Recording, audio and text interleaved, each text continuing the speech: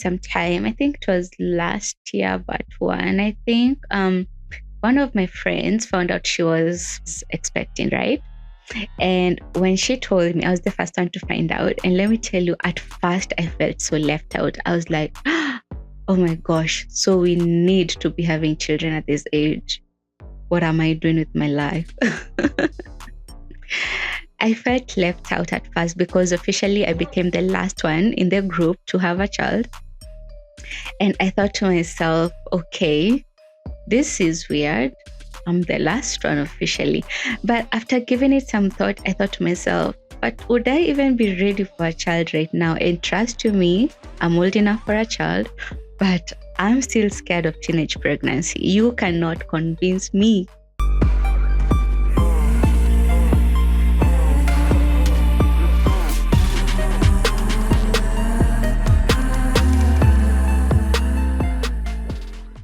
Hello, everybody. Thank you for joining me on yet another conversation at the corner seat. If you are new here, Karibu Sana. I'm your host, Rozitta, and I'm excited you get to join me on today's amazing, interesting conversation. Today, I'm going to be talking about love, dating, and relationships because we all know Valentine's is around the corner. Where is your boyfriend? Well, every corner you turn to, you are either reminded of your singleness or your relationship or your marriage, right? And while this is very exciting for those in relationships and marriage, where does that place us who are single?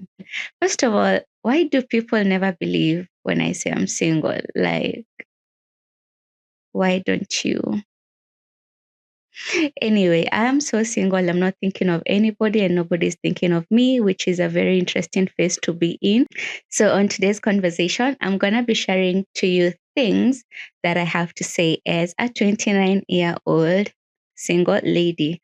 And they say once you're 29, you're practically 30. Yeah, so we could still go with 30 single lady. I would never have imagined to be the last one in my friends group to get married or get into a relationship. I never thought about it. I never imagined it. But here we are. All my friends have either two kids, one child, or just got married. Here we are. Singleness, singlehood, however you'd like to say it. When I was younger, 22, 24, I used to do similar videos, or I've done similar videos. And there was a lot I said back then that applies to me now in a more practical way. And it totally makes sense, I guess. You need to go watch those videos. I'm going to attach them above. And yeah, so anyway, let's just get started on this conversation. I was thinking about marriage and singleness and why so many people think something is wrong with you when you're single, especially at my age. And they want to know, why are you single? Um, is everything okay? They want to know, right? So I decided to do my research in the Bible to find out if there was any woman in the Bible who never got married. In my quest to find that out, I did find one woman. Maybe there are more, I don't know. I've just come across one woman. And this woman, you're going to read about her in the book of Judges, chapter 11. Judges 11 basically talks about this man called Jephthah. Jephthah was the son of a prostitute, and we all know he was cast away by his brothers, half brothers, because they said he was the son of a prostitute, and so he did not deserve an inheritance in their father's house, right? Long story short, eventually the Lord showed favor upon Jephthah. And at some point, you're going to read that the elders went to seek for his help. And when he agreed to their help, basically it was helping them in battle. And they promised him that he was going to be made captain of the armies, right? Now, when Jephthah said yes to go into battle, he made a promise to God that when he returns home, whoever is going to welcome him is going to be given to the Lord as a sacrifice. Let me just read that for you so that it doesn't sound made up, right? This is Judges chapter 11, verse 30. And Jephthah vowed a vow unto the Lord and said, If thou shalt without fail deliver the children of Ammon into mine hands, then it shall be that whatsoever cometh forth of the doors of my house to meet me, when I return in peace from the children of Ammon, shall surely be the Lord's, and I will offer it up for a burnt offering. Little did he know that the whatsoever would have been his one and only daughter. So verse 34 says, And Jephthah came to Mizpeh unto his house, and behold, his daughter came out to meet him with timbrels and with dances, and she was his one only child. Beside her, he had neither son nor daughter. So Jephthah goes ahead to explain to her that, well, now since you're the one who has welcomed me, I have to keep my vow to the Lord. I'm going to need to sacrifice you. And this is what the daughter says in verse 37. And she said unto her father, Let this thing be done for me. Let alone 2 months, that I may go up and down upon the mountains and bewail my virginity, I and my fellows.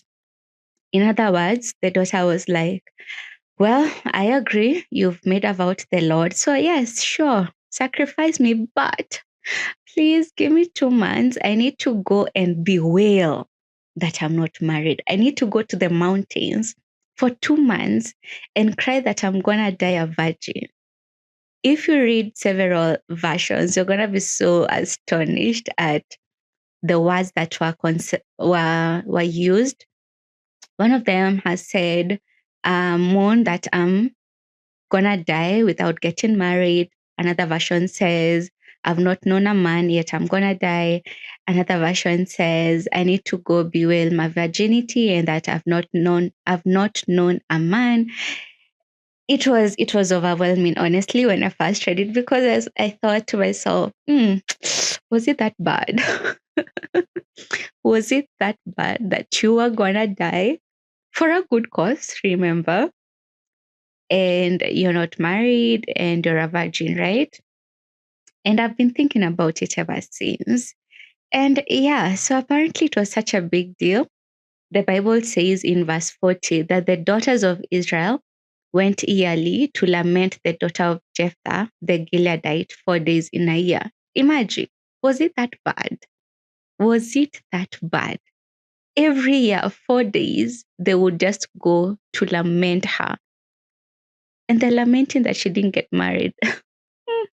Anyway, I concluded that it was apparently very major. And we all know the Bible says that for the women, one of God's curses upon us is that your desire shall be unto your husband. So whether you get married or not, whether you want marriage or not, at the end of the day, when you are by yourself, honest with yourself, you are going to have a desire unto your husband or a man, right?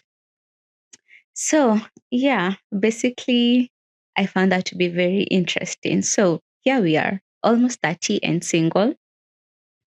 And here is what I have to say. First of all, in this era, I feel like dating has become very, very mechanical, very robotic.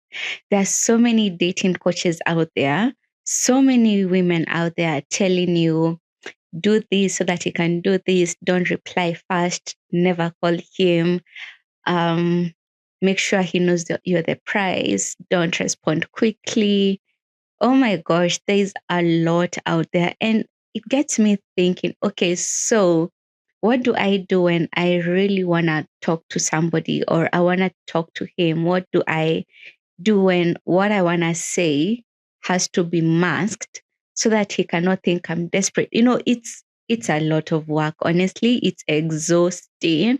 And then finding somebody who's just authentic and genuine, like I want you, you want me, good.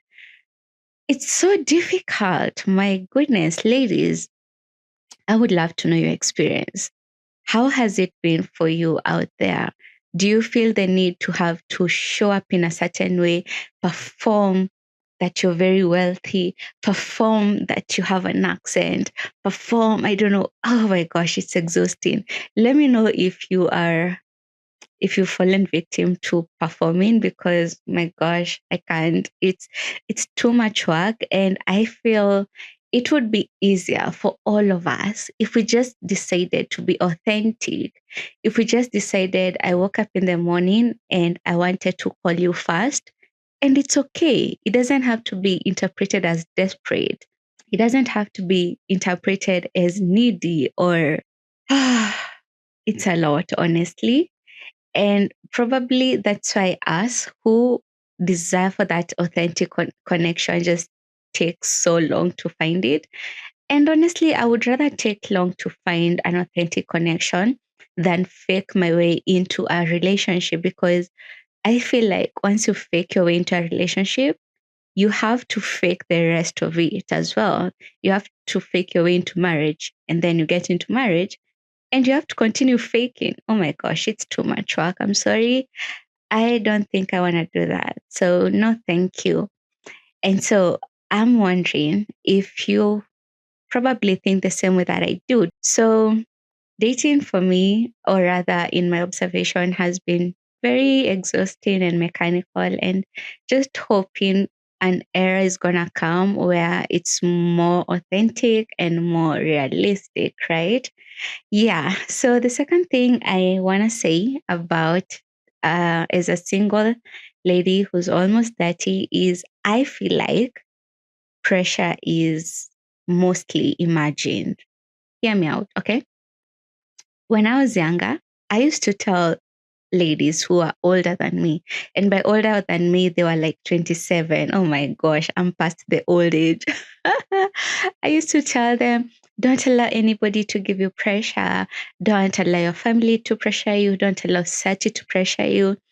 And whereas it was the right thing to say to them, now that I'm in that phase where supposedly there should be a lot of pressure, I feel like most of the times when I'm feeling the pressure, I'm actually imagining it. It's not there. It's you think people are thinking that you need to be married. And that is what the pressure comes in.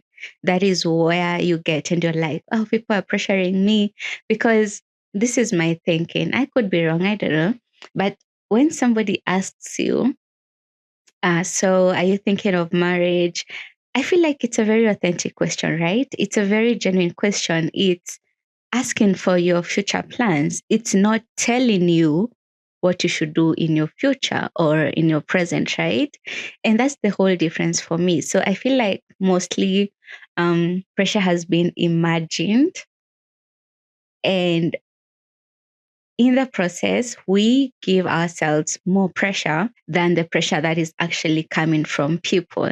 Now, if pressure was to come from people, this is what I think it could look like. It would be more like you need to get married, you'll be happier when you have children, you need to compromise your standards so that you can get married. Men don't like women who are very successful, so get married as soon as you can. Now, that is pressure. And I've only experienced that when I was like 26. And the lady who told me that I need to get married as soon as possible because men don't appreciate when a woman has risen too high in society. And I was 26 then. I wonder what she'd say now that I'm almost 30. Oh my gosh, I would love to meet her. But now that was pressure.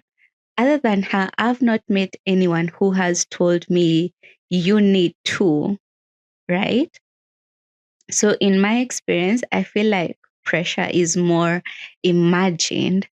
And so, at the end of the day, we blame our decisions on society. I was pressured into marriage. I was pressured into a relationship.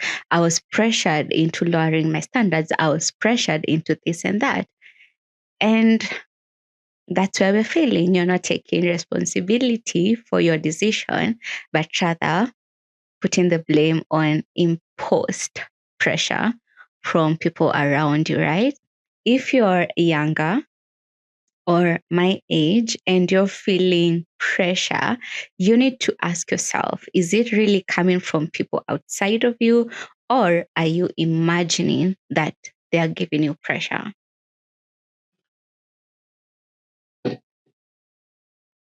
Right. That said, if you're feeling any form of pressure, you probably need to rewire your mindset, or you need to change how you perceive things or perceive questions from other people, or just have a way of interpreting or understanding the intention of other people. So when somebody asks you, are you dating? That is not pressure. Are you going to get married anytime soon? That is not pressure.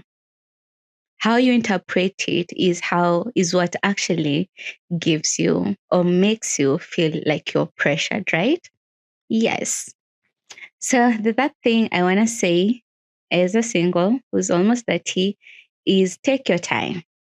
Take your time.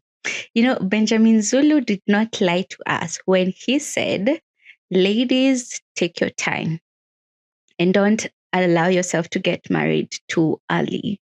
Honestly, now that I'm in the late stage, currently, some people think I'm too late. I feel like I prefer getting married in the future, not even right now. Like, I would get to 33 and I'd be fine. I'd get to 35 and I'd be fine, because something about my brain has changed. Something about my mindset has changed. I have clarity. I have more understanding of myself. I have a high sense of self awareness. And the most important thing is you cannot grow me at this stage, because my mind is too developed. My clarity is too clear that I will not fall for anything at this point. And Benjamin Zulu explains that men like to marry ladies who are in their early 20s, because in your early 20s, you're still discovering yourself. You don't even know who you are. And if you're watching me and you're in your early 20s, ladies, please hear me out. Don't get married. Not at 20, not at 21. And yes, I agree. There's a special group of people that has probably matured too quickly, and at 20 and 21 they're already self-aware. They are making it. They know what they want. If you're in that category, all the best. But if you've just finished your campus, you're still looking for a job, child, just take your time. And I really appreciate that this advice came from my mom, because my mom used to tell me, I want you to get married after 30. And when she said that, I was like 26 or something. And I was like, gosh, that is too old. 30. No. Oh my gosh. She would laugh knowing I'm still unmarried. But then again, I see her point, right? Because right now, something is different about me. I'm more aware. I'm more focused in my life. I know myself too much to be manipulated. That's the word. That's the word. I can't be manipulated at this point, because I don't know if it comes with age. All I know is take your time, and you're going to appreciate what that is going to do for you. When you get married too early, apparently, you are easy to manipulate, you're easy to groom, you're easy to break, because you're still developing. Honestly, you're still growing, you're still trying to understand yourself. And yeah, so you meet somebody who decides they want to take advantage of that, and that is how most of us women, we lose our visions too early. And by the time you're 30, you've lost sight completely of where you want to go to. So if you're single in your early 20s, hear it from me. Please take your time. Take as much time as you can, honestly. And don't get me wrong, there are days when you wake up and you're like, man, I would really want to be in a relationship right now. But then you look at your life and you realize, nope, I'm not ready, because you don't get into a relationship because of your age. You don't get into a relationship because you feel like everybody expects you to be in one. You do it because you're ready for the responsibility that it comes with, right? And so, yeah, that wakes you up and you're like, I'm just going to take my time. So, yeah, I would absolutely recommend take your time. Next thing that I would love to say is nothing is wrong with you. You know, when you introduce yourself as single, everybody starts analyzing what could be wrong with you. And they inspect you completely. They want to know, why do men not want you? Why are men not choosing you? And suddenly it becomes, they resolve to something is definitely wrong with you. But then the question changes when they think you're beautiful. And so they ask you why, but you're so pretty, as if pretty comes with a relationship. It does not. Trust me, it does not. And people don't get into relationships because they're pretty or beautiful. Let's just have that cleared out, right? But anyway, when people think something is wrong with you, eventually it could get to your head and you could start thinking to yourself that maybe something is wrong with me. Maybe I'm not learned enough. Maybe I don't have a good job. Maybe I don't show enough skin. Maybe I'm too prayerful. Maybe I'm too Christian. Maybe I need to start going to the club. Maybe. And all those maybes could eventually get to you if you don't clearly understand that nothing is wrong with you, because singleness is the default, right? Nobody was born into a relationship. Everybody starts out single. Everybody starts out single. So why is the default suddenly a problem? Why is the default showing people or telling people something is definitely wrong with you? I don't care. You could be 38 and single. Nothing is wrong with you. Nothing is wrong with you, because singleness is the default, right? Singleness is the default. So if you've been struggling with the idea of, oh my gosh, age is moving, I'm still single, what is wrong with me? Unless you're fighting anti marriage forces, nothing is wrong with you. And if you're fighting those, yeah, you need to pray harder. Yeah. And finally, because I don't want this video to be too long, um, final thing I would like to say is, it is not a competition. It is not a competition. On the other hand, it is a major responsibility. And unless you're ready for that responsibility, don't take it up, because you don't take a responsibility because of your age. You don't take it up because you're old enough for it. You take it up because you are well prepared. You are ready for it, and not because all your friends are taking up marriage or getting children. And I think that is where most of us go wrong, especially the women. You feel like, oh my gosh, I'm almost 30 and I'm not married. I'm going to marry the next man that DMs me. And then you get married to the wrong person. And honestly, I feel like if we would understand the fact that it's more about responsibility than showing off that you're in a relationship, our lives would be very, very easy. And now, especially that you have Valentine's around the corner and you're probably feeling the gap, you're feeling the loneliness, which is totally normal, by the way. Don't fall victim into feeling the need to compete with any of your friends. Do not. Valentine's is just any other day, it's just a date on the calendar that so happens to be for those in relationships. It does not mean you're left out. It does not mean you're any less than them.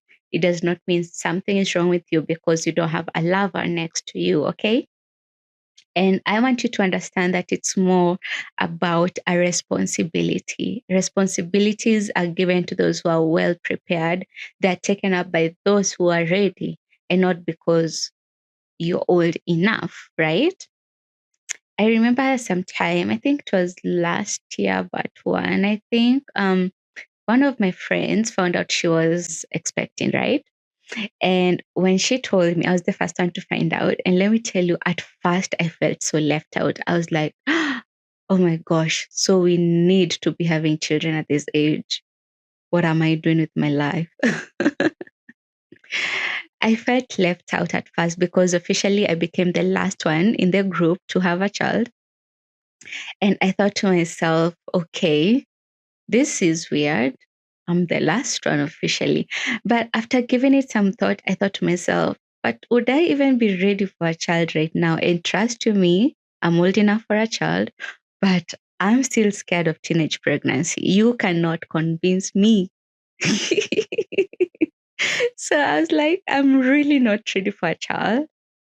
I'm really not ready for a child. So the moment I understood that it's more about readiness, preparedness, responsibility than competition, I stopped feeling left out. And yeah, it does go a long way to understand it's more of responsibility. It's more of preparedness. It's more of your season has come, right?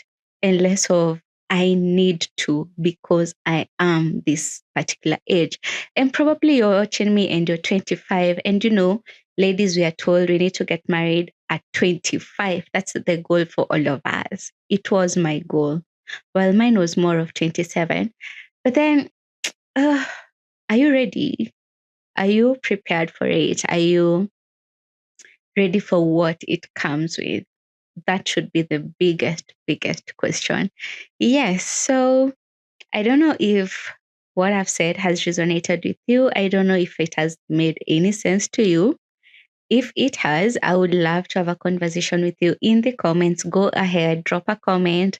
Let's engage. I would love to pick your mind, understand your perspectives. And if you think I've said anything that is wrong or you don't agree with, I would also love to hear you out because at the end of the day, we are growing together, we are learning from one another. And my perspective does not mean your perspective is wrong, and your perspective does not mean that mine is wrong, right? We all have different experiences, and our perspectives are basically shared by our experiences. I have shared with you what my perspectives are. I would also love to hear your perspectives. So drop a comment like it's hot. Let's have that conversation in the comment section. And of course, share this with somebody who needs to hear this, whether they're in their early 20s or their late 30s. I feel like every single lady needs to watch this and even the men, right? Yeah, so go ahead, share it out, and I would love to hear your mind. So, Valentine's is coming. If you are in a relationship, if you're married, happy Valentine's Day in advance. Enjoy your day. Have a love filled day. Have a day that is going to rekindle your love for one another. And of course, I wish you all the best in your relationship. Thank you for watching. I will see you on the next episode at the Corner Seat. Bye.